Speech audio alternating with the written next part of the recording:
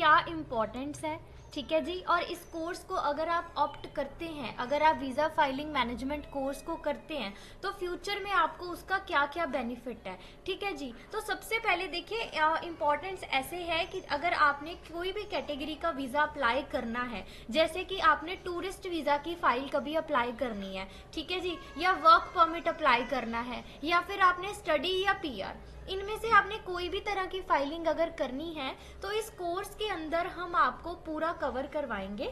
Like आपने किस तरीके से फाइलिंग करनी है, ठीक है। फाइलिंग होती क्या है, देखिए आपके पास अभी सारे डॉक्यूमेंटेशन आपके होते हैं, राइट। आपकी जॉब के, आपके आईडी प्रूफ्स हो गए, और अभी आपकी सिचुएशन क्या है, लाइक फाइनेंशियल सिचुएशन क्या है, सारी चीज़ें हम जब किसी एम्बेसी में अप्लाई करते हैं, जैसे कि अगर मैं सोचूं कि मुझे कनाडा के लिए अप्लाई करना है तो मुझे मेरी फाइल कनाडा को प्रेजेंट करनी है।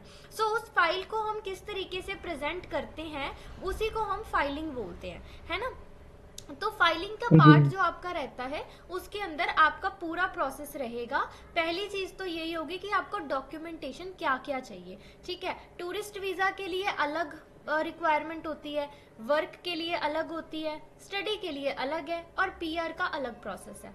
तो हम बारी बारी से चीज़ों को कवर करते हैं इस कोर्स के अंदर। पहले हम बिल्कुल टूरिस्ट वीज़ा कवर करेंगे। टूरिस्ट वीज़ा में हम आपको बताएंगे कि आपको कौन से डॉक्यूमेंट्स क्लाइंट से लेने हैं। फिर डॉक्यूमेंट लेने के बाद अब आप कोई भी कंट्री करेंगे तो उसके पोर्टल पर जाएंगे आप, है ना। उसकी जो भी एम्बेसी है, ऑनलाइन पोर्टल्स हमारे पास सारे अवेलेबल हैं। हमने उस पोर्टल पर जाकर वहां पर फाइल जो है उसको लॉन्च करना है। लॉन्च करने का मतलब क्या होता है, फाइल हमने एम्बेसी को भेजनी है, एक तरह से एम्बेसी फीस पे करनी है। तो उसके बाद जो है हमें रिजल्ट मिलता है, या तो वीज़ा अप्रूवल होता है या फिर वीज़ा रिफ्यूज होके आता है ना। तो ये चीजें होती हैं। अब अगर मान लो किसी का वीजा रिफ्यूज भी हुआ है तो आप उस केस को कैसे हैंडल कर सकते हो। जो हमारे कोर्सेज हैं, दो तरह के कोर्सेज हैं, बेसिक है, एक एडवांस है। अगर आप बेसिक कोर्स लेते हो तो हम आपको उसमें बेसिक तरीके से सारी चीजें करवाएंगे, लेकिन सारा कवर होगा। मतलब आपको टूरिस्ट, वर्क, स्टडी, पीआर, ये सब ही कवर होने वाला है। ऐसा नहीं है कि बेसिक में सिर्फ टूरिस्ट कवर करेंगे, सारा ही कवर होगा। बस उसमें आपको सिंपल प्रोफाइल क्रिएशन बताई जाती है कि एक नॉर्मल फाइल आप कैसे बनाते हो। अब यही अगर हम बात करें कि कुछ ऐसे स्पॉन्सर केसेस होते हैं, इन्विटेशन केसेस होते हैं, या रिफ्यूजल वाले केसेस हैं, उनको हैंडल करना और कोई भी कॉम्प्लिकेटेड केसेस को कैसे टैकल करना है, अपॉइंटमेंट बुकिंग का जो प्रोसेस है, या कई बार अगर किसी की रिफ्यूजल है तो उसको अपील अगर आपने डालनी है, रिकंसिडरेशन होता है। ये कुछ टर्म्स हैं, शायद आपके लिए नहीं होंगी, बट जब आप इनको करेंगे तो डेफिनेटली आपको ये चीजें अच्छे से समझ में आएंगी। तो ये सारा प्रोसेस आपका एडवांस में कवर होता है। तो अगर तो आप जस्ट एक नॉलेज चाहते हैं तो आप बेसिक कोर्स के लिए जा सकते हैं, लेकिन अगर आपको इन डेप्थ नॉलेज चाहिए और आप आगे चल के अपना काम शुरू करना चाहते हैं, इंडिपेंडेंटली काम करना चाहते हैं, या एज अ फ्रीलांसर काम करना चाहते हैं, तो फिर आप एडवांस कोर्स लेना। एडवांस में हम आपको बेसिक भी कराते हैं और एडवांस भी कराते हैं, दोनों चीजें कवर होती हैं, ठीक है जी। पूरे ओवरऑल कोर्स का ड्यूरेशन जो है वो लगभग आपका 45 डेज रहता है। इसमें आपकी प्रैक्टिकल असाइनमेंट्स भी कवर होंगी। प्रैक्टिकल आपको सारा करके बताया जाता है। प्रैक्टिकल ये जो स्टडी मटेरियल है ये भी हम आपको सारा प्रोवाइड करेंगे। सारे चीज़ों के सैंपल मिलेंगे, और जो क्लास होती है वो आपकी मंडे टू फ्राइडे होती है। डेली आपकी 1 घंटे की क्लास होगी। टाइमिंग्स हमारे पास मॉर्निंग 7 बजे से बैच स्टार्ट हो जाता है। उसके बाद हमारे पास आफ्टरनून के भी टाइमिंग्स है और इवनिंग के भी टाइमिंग्स है, वो आप कोई भी ले सकते हैं। अब ये कोर्स करने के बाद अक्सर एक डाउट पूछा जाता है कि आप इनकम कैसे जनरेट कर सकते हैं। तो पहली चीज ये है कि आप किसी भी इमिग्रेशन में जाकर as a filing officer join कर सकते हैं। अगर आप पहले कोई काम कर रहे हैं, आप फुल टाइम नहीं कर सकते, तो आप उनसे वर्क फ्रॉम होम मांग सकते हैं।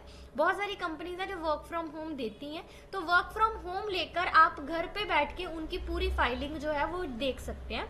उनको आप फाइल रेडी करके दे देंगे, और उसके लिए जो भी सैलरी है या जो भी, अगर वो आपको कोई पर फाइल भी देते हैं, तो वो आपका जो भी कंपनी के साथ सेटलमेंट होगी वो आप उस तरीके से कर सकते हैं। सेकेंडली, आप एज अ फ्रीलांसर काम करेंगे। फ्रीलांसर का मतलब ये होता है कि आप किसी कंपनी में जॉब नहीं करते, आपने बस अपनी एक प्रोफाइल बना लेनी है कि मैं एक फ्रीलांसर काम, विजिटिंग कार्ड कि आप एक फ्रीलांसर फाइलिंग ऑफिसर है, और आप अलग अलग कंपनीज के साथ, वो तो चाहे आप कितनी भी कंपनीज के साथ कर लो, कोई लिमिट नहीं है, उनका आप फाइलिंग का काम लोगे और इसमें आप पर फाइल रेट चार्ज करते हो। ठीक है जी, वो भी डिपेंड करता है टूरिस्ट का आपने कितना चार्ज करना है, स्टडी की फाइल का आप ज्यादा चार्ज करोगे, तो आप किस फाइल का कितना चार्ज कर सकते हो ये हम आपको गाइड करेंगे कोर्स की ड्यूरेशन में। तो एज अ फ्रीलांसर आप काम कर सकते हो। फ्रीलांसर में आपको ये फायदा होगा, अगर आप करंटली फुल टाइम कहीं जॉब करते हो तो आपके पास जो भी फ्री टाइम बचता है उसमें आप वो फ्रीलांसिंग का काम कर पाओगे बहुत ही इजीली। ठीक है जी। थर्ड में ये होता है कि आप अपनी फुल टाइम एजेंसी स्टार्ट कर लो, कंसल्टेंसी स्टार्ट कर लो, और उसमें आप खुद ही जो है वो वीजा फाइलिंग का जो सर्विसेज है वो प्रोवाइड करेंगे। ठीक है जी, ये एक आपको मैंने शॉर्ट इंट्रोडक्शन दिया है। अब अगर हम इन वीजाज के ऊपर बात करें तो इनका मतलब क्या होता है, डेफिनेशन एक बार देख लेते हैं।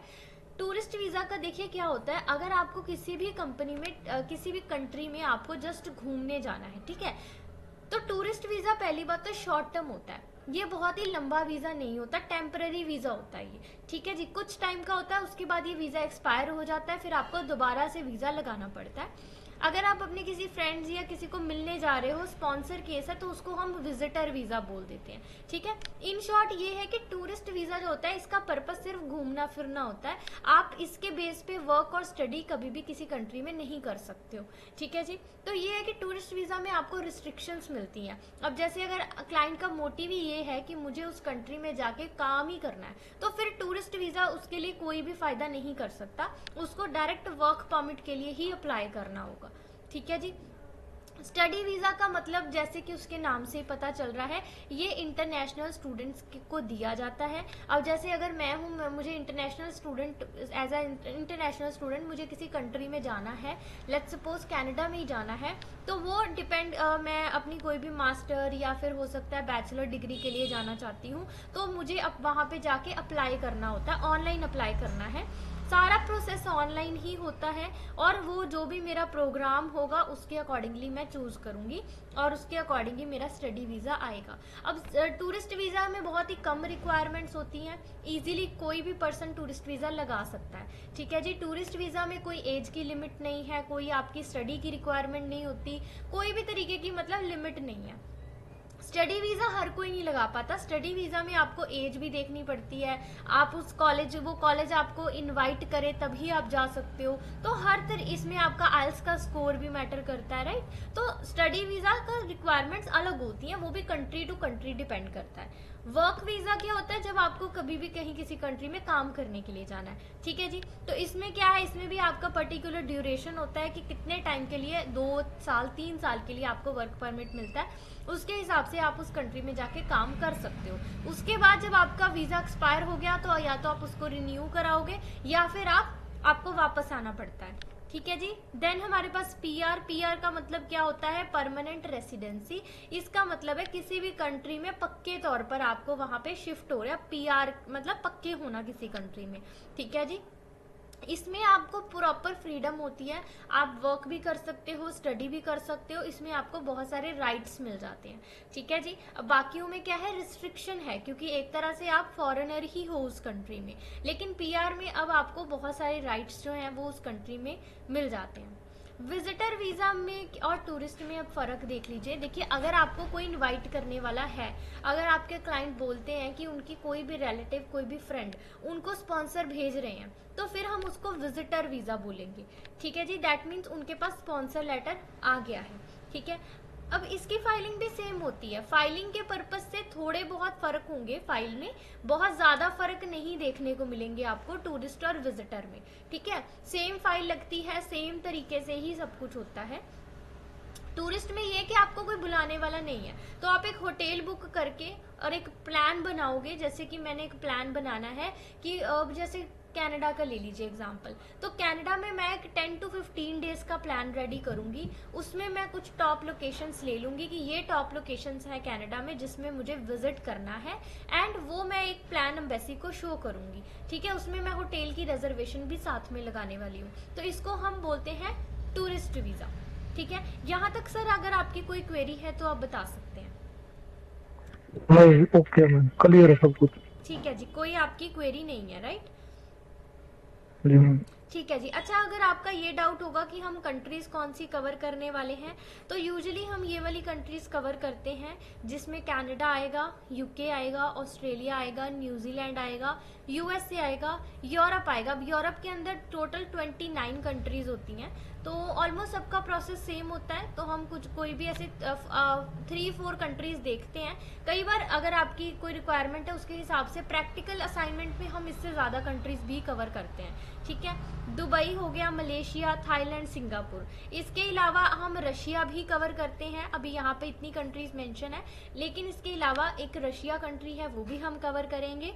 और इसके अलावा आपकी जो भी और ई वीज़ाज होते हैं, जैसे कि इंडोनेशिया हो जाएगा, तो इस तरीके की कंट्रीज भी आपकी कवर होंगी। तो लगभग आपकी 12 से 15 कंट्रीज जो है हम इस कोर्स के अंदर कवर करवाएंगे, ठीक है। अब आपको अगर टूरिस्ट वीज़ा का प्रोसेस करना होता है, तो सबसे पहली चीज़ तो यही है कि आपको डॉक्यूमेंटेशन कौन से लेने हैं, ठीक है जी, क्लाइंट से। तो आज हम उसी को देख लेते हैं इस क्लास में कि आप कौन से डॉक्यूमेंटेशन अपने क्लाइंट से लेंगे। तो देखिए, सबसे पहले आपको फाइल लगाने के लिए क्लाइंट का पासपोर्ट लेना होता है, जो कि एटलीस्ट 6 मंथ तक वैलिड होना चाहिए, ठीक है जी। उसके बाद जैसे कि मान लो, इसकी एग्जांपल दे देती हूँ, आप अभी फरवरी में अगर किसी की फाइल लगा रहे हो, तो उसका अगले 6 महीने तक पासपोर्ट वैलिड होना चाहिए। ऐसा नहीं होना चाहिए कि अगले 5 महीने में, 4 महीने में पासपोर्ट एक्सपायर हो रहा है। अगर ऐसा कुछ है तो आपको उसको पहले ही रिन्यूअल करवा लेना होगा, ठीक है। फोटो आपको क्लाइंट की लेनी होती है। अब फोटो कैसी खिंचवानी है, एक स्पेसिफिकेशन एम्बेसी की तरफ से आती है, जो कि है 35 बाई 45 mm की फोटो होनी चाहिए, और उसमें आपका बैकग्राउंड जो है वो वाइट होना चाहिए और बॉर्डर नहीं होना चाहिए, ठीक है जी। कुछ इस तरीके की फोटो जो है वो हमें सबमिट करनी होती है। ट्रैवल हिस्ट्री, अब ट्रैवल हिस्ट्री क्या होती है, देखिए कुछ क्लाइंट होते हैं जिन्होंने मल्टीपल कंट्रीज में ट्रैवल किया होता है, तो उनके पासपोर्ट के ऊपर स्टैंप होती है डिपार्चर की, अराइवल की, तो वो सब कुछ हमने स्कैन करवा लेना है। तो ये सारे डॉक्यूमेंट जो भी हैं आपको स्कैन करके पीडीएफ बनाकर लगाने हैं। तो स्कैन तो आप कैफ़े से करा सकते हो, जो साइबर कैफ़े होते हैं, और जो पीडीएफ है वो पीडीएफ आप कैसे बना सकते हो, उसके सॉफ्टवेयर्स भी हम आपको बताएंगे। सारी चीज़ें डिटेल में होंगी क्लास में, ठीक है। कोई भी अगर आपको बीच में दिक्कत आएगी, डाउट आएगा, तो डाउट सेशंस भी हम प्रोवाइड करते हैं, ठीक है। तो अगर किसी की ट्रैवल हिस्ट्री नहीं है तो आप इसको स्किप कर सकते हैं, छोड़ सकते हैं। उसके बाद जी आपने लगानी क्लाइंट की बैंक स्टेटमेंट। बैंक स्टेटमेंट में देखिए आपको एक फंड शो करना होता है, जो कि आप लगभग क्लाइंट के हिसाब से करते हैं। वैसे टूरिस्ट वीज़ा में मिनिमम आप 4 to 5 लाख कर सकते हैं। अगर किसी की इनकम बहुत अच्छी है तो फिर आप उससे उसे बढ़ा भी सकते हैं। तो फंड्स आपने क्लाइंट की प्रोफाइल के अकॉर्डिंग करने हैं। तो इसकी प्रॉपर स्टडी हम आपको करवाएंगे कि किसकी प्रोफाइल के अकॉर्डिंग, अगर किसी की कितनी इनकम है तो कितना आप फंड दिखा सकते हो, उसके हिसाब से आपने एक सेविंग जो है वो शो करनी है, ठीक है। उसके बाद आपने एक बैंक प्रॉपर्टी वैल्यूएशन रिपोर्ट लगानी होती है, ठीक है। ये क्या होता है, देखिए जो भी हमारा घर होता है, ठीक है, उसकी जो भी पेपर्स होते हैं वो पेपर हमने वैल्यूएटर को देने हैं। वैल्यूएटर लोग क्या करते हैं, उसकी हमें एक वैल्यू तैयार करके देते हैं कि आपके घर की मार्केट वैल्यू आज की डेट में कितनी है। जैसे 50 लाख है या 70 लाख है या 1 करोड़ है, जो भी है। तो ये हमारे लिए एक फाइनेंशियल प्रूफ होता है, ठीक है। तो ये आपका फाइनेंशियल डॉक्यूमेंट हो गया जो आप एम्बेसी को शो कर रहे हो। उसके बाद अगर आपके पास, क्लाइंट के पास बहुत सारे व्हीकल्स हैं, 4 व्हीलर्स हैं, है ना, जैसे उसके पास कार्स हैं या फिर कोई भी व्हीकल है, तो वो भी आप उसकी आरसी शो कर सकते हो। ये भी हमारा एक फाइनेंशियल प्रूफ है। इट इज़ ऑप्शनल, अगर आप चाहो तो इसको छोड़ भी सकते हो। मेनली आपका बैंक स्टेटमेंट और आपका प्रॉपर्टी की वैल्यूएशन ही है यहाँ पर, बाकी जो भी आरसी वगैरह है ये कोई ज़रूरी नहीं है। उसके बाद सीए रिपोर्ट, देखिए सीए रिपोर्ट क्या होती है कि आप एक प्रॉपर समरी होती है एक तरह से ये, ठीक है। आपके जो भी फाइनेंशियल है ना उसकी समरी होती है कि आपके पास, उस पर सारा यही लिखा होता है कि आपके पास कितना बैंक स्टेटमेंट है, कितना प्रॉपर्टी का वैल्यूएशन है। सीए रिपोर्ट आपको हर केस में करवाने की ज़रूरत नहीं है। हम आपको सिखाएंगे कि आप कवर लेटर में ही प्रॉपर एक फॉर्मेट बनाकर कैसे अच्छे से अपने फाइनेंशियल्स को एक्सप्लेन कर सकते हो, क्योंकि सीए रिपोर्ट का भी अलग से ही खर्चा आएगा। तो इसको आप अगर स्किप भी करना चाहो तो कोई प्रॉब्लम नहीं है, ठीक है। इससे आपकी फाइल पर कोई ऐसे असर नहीं पड़ेगा। अगर हम बोलें कि आपने छोड़ दिया तो नेगेटिव असर पड़ेगा, ऐसा कुछ नहीं है, ठीक है ना। ये बेसिक हो गए। उसके बाद हमने क्लाइंट की प्रोफाइल के अकॉर्डिंगली लगाने हैं। जैसे कि मान लो किसी का बिजनेस है, देखिए दो ही चीजें होती हैं, या तो वो पर्सन बिजनेस कर रहा होगा या वो जॉब कर रहा होगा। कुछ इसके अलावा अदर केसेस भी हो सकते हैं, उनको भी हम डिस्कस कर लेंगे। अभी देख लो अगर बिजनेस है तो ठीक है, अगर किसी का बिजनेस है तो आपने उसका लेटर हेड लगाना होता है, लेटर हेड और विजिटिंग कार्ड। ठीक है जी, ये लेटर हेड विजिटिंग कार्ड जो है इस पे आप ये आप क्लाइंट का लगा सकते हो, बिजनेस का। फिर उसके बाद उद्यम रजिस्ट्रेशन होती है एक, ठीक है, ये आप लगा सकते हो। अगर किसी का इंस्टीट्यूशन कुछ ऐसा है तो ISO IAF की रजिस्ट्रेशंस होती हैं। ये सारी रजिस्ट्रेशंस के सैंपल्स हम आपको क्लास में दिखाएंगे ताकि आपको पहचान भी हो जाए और प्रॉपर पता भी लग जाए।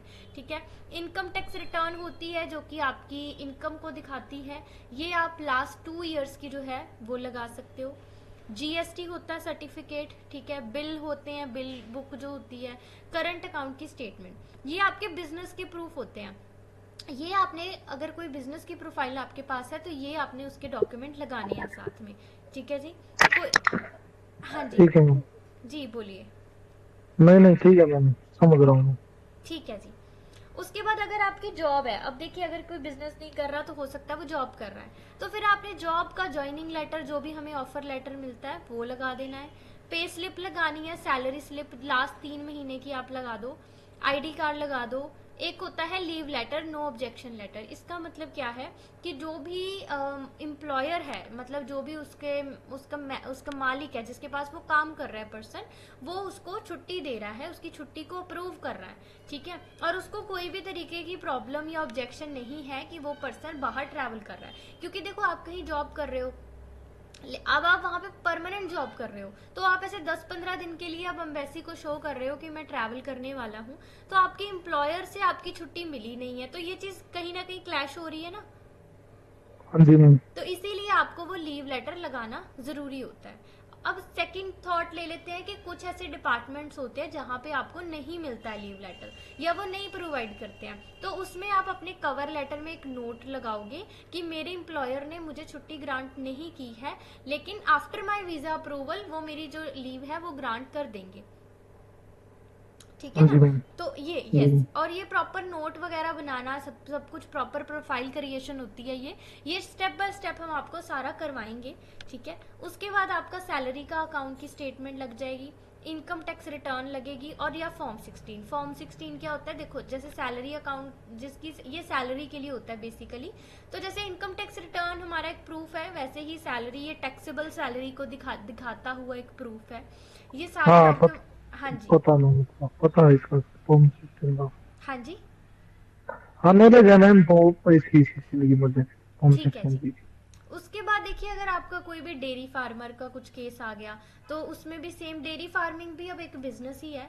इसमें आप letter head, visiting card, dairy का कंसर्न लेटर होता है एक, इनकम एफिडेविट होता है डेयरी का जो कचहरी से बनेगा, हेल्थ सर्टिफिकेट होता है एनिमल्स का। ठीक है, जो भी एनिमल्स के डॉक्टर होते हैं वो आपको ये सर्टिफिकेट बनाकर देते हैं, जिसमें लिखा होता है प्रॉपर आपके कितने आपके पास एनिमल्स हैं, उनकी वैल्यू क्या है, क्योंकि जो लोग इस बिजनेस में हैं उनके लिए यही उनके एसेट्स हैं, राइट। हाँ जी मैम। तो ये आपको ये भी बनवाना है, कुछ ज़्यादा इसकी कॉस्ट नहीं आएगी। उसके बाद आपका इनकम टैक्स रिटर्न जिसमें डेली इनकम दिख रही होनी चाहिए। तो देखो इनकम टैक्स रिटर्न भी आपको अच्छे से समझ में आना ज़रूरी है। इनकम टैक्स रिटर्न में कैसे इनकम दिखती है, हमें कैसे चेक करना है कि वो सही है या नहीं है, तो ये भी चीज़ आपको हम प्रॉपर बताएंगे ताकि आप इनकम टैक्स रिटर्न भी प्रॉपरली पर्सन की चेक कर पाओ। ठीक है, कई बार इनकम टैक्स रिटर्न में कुछ गलतियां होती हैं, तो वो भी हमें चेक करके क्लाइंट को बताना है अच्छे से। उसके बाद अगर कोई पर्सन एग्रीकल्चर में है तो फिर उसके जे फॉर्म आपको पता है सर क्या होते हैं। नहीं ये फॉर्म नहीं पता। ठीक है जी, देखो जैसे जो भी एग्रीकल्चरिस्ट लोग होते हैं वो लोग, उनकी ना मंथली इनकम नहीं होती, वो फसल के हिसाब से होती है, राइट। अगर उनकी कोई भी तरीके की फसल है तो वो उसको ओकेजन के हिसाब से या जिस भी तरीके से उनका फसल उगती है उसके बाद वो उसको मंडी में सेल करते हैं, ये तो पता है आपको। हाँ हाँ पता है मैम। मंडी में सेल करते हैं ना, तो उसी को वो जो उसका एक काइंड ऑफ बिल रिसिप्ट बोल सकते हैं, उसके ऊपर प्रॉपर वैल्यू लिखी होती है कि वो जैसे वीट है, ठीक है, गेहूं है, तो वो उन्होंने कितनी गेहूं वहां पर बेची है, कितनी कीमत की बेची है, तो वो जे फॉर्म में लिखा होता है। तो ये उनके लिए एक तरह का इनकम का प्रूफ है, तो ये हमने साथ में लगा देना है। ठीक है मैम। ठीक है जी, बस यही सारे डॉक्यूमेंट्स होते हैं। इसके अलावा अदर डॉक्यूमेंट में देखो, अगर कोई मैरिड है तो मैरिज सर्टिफिकेट लगा दो। फैमिली के आधार कार्ड हमने लगाने हैं। फैमिली में आपके पेरेंट्स आ सकते हैं, आपके बच्चे आ सकते हैं, वाइफ आ सकती है। उसके बाद आप बर्थ सर्टिफिकेट लगा दो। ठीक है, बर्थ सर्टिफिकेट तब लगाना है अगर कोई माइनर बच्चा जो है वो ट्रैवल करता है। तो ये आपके बेसिक डॉक्यूमेंटेशन होते हैं जो आपने ऐड करने हैं। इसके अलावा क्लाइंट के भी नेशनल आईडी प्रूफ जैसे आधार कार्ड, पैन कार्ड, ये भी आप लगा सकते हो। तो ये डॉक्यूमेंटेशन आपकी फाइल के लिए बिल्कुल सफिशिएंट होते हैं, यही आपने लगाने हैं फाइल में। ठीक है जी, अगर आपको कोई भी डाउट है, कुछ भी आप पूछना चाहते हो तो आप पूछ सकते हो अभी। नहीं, क्लियर है मैम। अच्छा जी, कोई डाउट नहीं है आपका? No ma'am.